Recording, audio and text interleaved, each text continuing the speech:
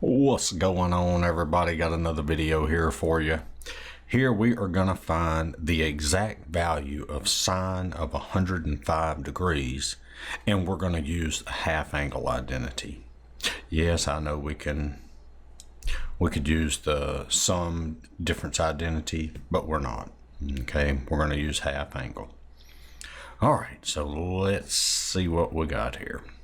All right, so remember, the half angle identity for sine is the sine of theta over 2 is equal to plus or minus the square root of 1 minus cosine theta divided by 2. All right, that's what we're going to use. All right, so what can we use for theta? We got to pick some angle for theta, divide it by 2, and that's got to be 105. Well, obviously, it's going to be equal to the sine of 210 degrees over 2. Now, the question is, do we know what the sine of 210 degrees is? Because see, notice here that 210 degrees, that's theta. And see, theta, we're taking the cosine of theta. So we'll have to take the cosine of 210 degrees. So let's go ahead and plug it into the formula. So that's the square root of 1 minus cosine of 210 degrees over 2. Now, notice we do have plus or minus. So we've got to figure out which one we use. Well, 105 degrees, that is in the second quadrant, and sine is positive in the second quadrant, so we will be using the positive one. All right. Now, this is equal to the square root of 1, all right, minus cosine of 210 degrees. So let's come off to the side and let's find the cosine of 210 degrees. Well, 210 degrees is over here in the third quadrant, right? That's 210 degrees. So we need to get a reference angle. So our reference angle is 210 degrees minus 180, which is 30 degrees. So that's our reference angle, all right? So the cosine of 210 degrees is equal to, well, what's the cosine of 30 degrees?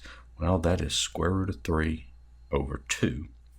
Now, 210 degrees is in the third quadrant and cosine is negative there. So cosine of 210 degrees is negative square root of 3 over 2.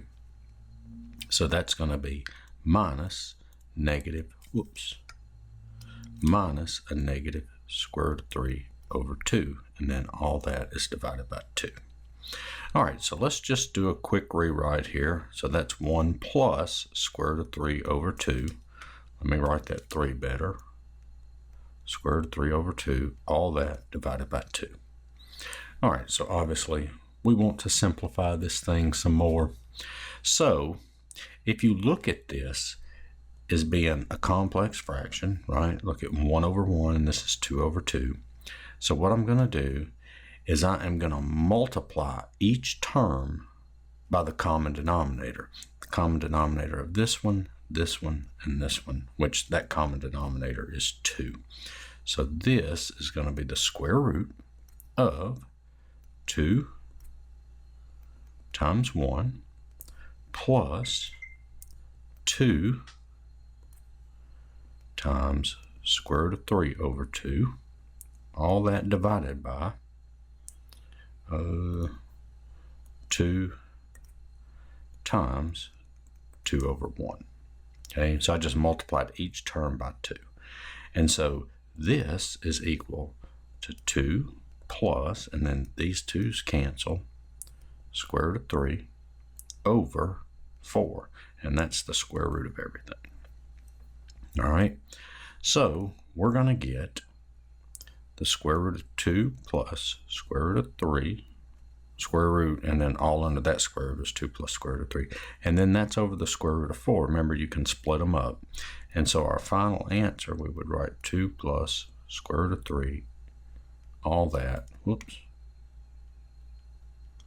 Well, okay, there we go, over 2. And that is our answer. All right. Well, I hope that video helped. Check out my other videos. Give me a like, share, subscribe, comment. And I will see y'all in the next one. Later.